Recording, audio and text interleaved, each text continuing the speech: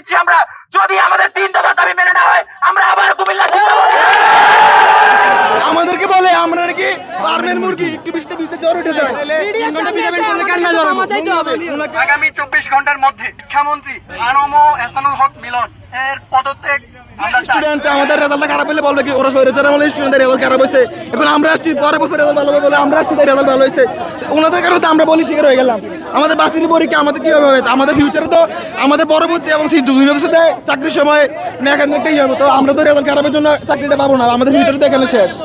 আমাদের দাবি একটাই যে আমাদের পরীক্ষা সুষ্ঠুভাবে হোক এবং বহির আবাসিত পরীক্ষা না হয় এবং প্রশ্নগুলো ওনার পদত্যাগ চাই এবং প্রশ্নগুলো স্ট্যান্ডার্ড মানের হোক, শিক্ষামন্ত্রীর পদত্যাগ চাই। আমাদের দাবি একটাই, আমাদেরকে বলে আমরা নাকি ফার্মের মুরগি একটু বৃষ্টি দিতে জ্বর উঠে যায়। ওনাকে একটা কথা বলতে চাই, এর আগে সরকার কিন্তু বলছিল যে রাজাকারের নাতিপতি, যার কারণে ওনার সরকারের পতন হয়ে গেছে। আমাদেরকে কেন ফার্মের মুরগি বলা হলো? ফার্মের মুরগি দেখে তো আমরা এখানে আন্দোলন করতেছি, ওদের মধ্যে ফার্মের মুরগি না আমরা, এটা আমাদের দাবি, ওনার পদত্যাগ চাই, শেষ কথা এটাই। আমি এসেছি 24 বেচার, আমি আমার ছোট ভাইদের ন্যায্য দাবির পক্ষে দাঁড়িয়েছি। যারা বৈরী আবহাওয়ার কারণে 13ই জুলাই পরীক্ষায় অংশগ্রহণ করতে পারেনি তাদের পরীক্ষা পুনরায় গ্রহণ করবে। আগামী 24 ঘন্টার মধ্যে শিক্ষামন্ত্রী আনম এহসানুল হক মিলন এর পদত্যাগ আমরা চাই। 3 নাম্বার দাবিটা আমরা একটু পানিশ করলাম, তিনি সবার সামনে এসে ক্ষমা চাইতে হবে, ক্ষমা চাই, আমরা তিনিকে ক্ষমা করে দিব। ক্ষমা একটি মহৎ গুণ, আমরা তিনিকে ক্ষমা করে দিব, কিন্তু ক্ষমা যদি না চায় এটা সেই জুলাই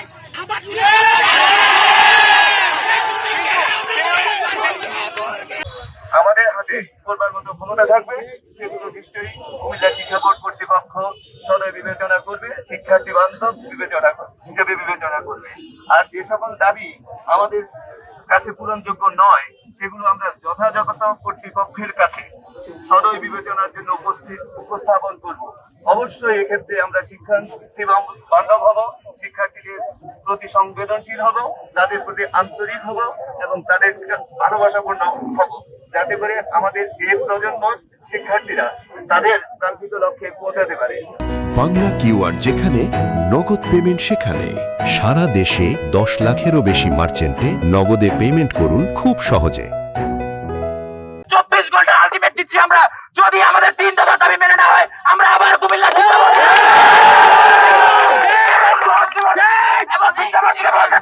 আপনি যদি দাবি না মানতে পারেন, আপনি চুরি পরে এসে এবং শাড়ি পরে বাসায় বসে থাকেন। আগামী 24 ঘন্টার ভিতরে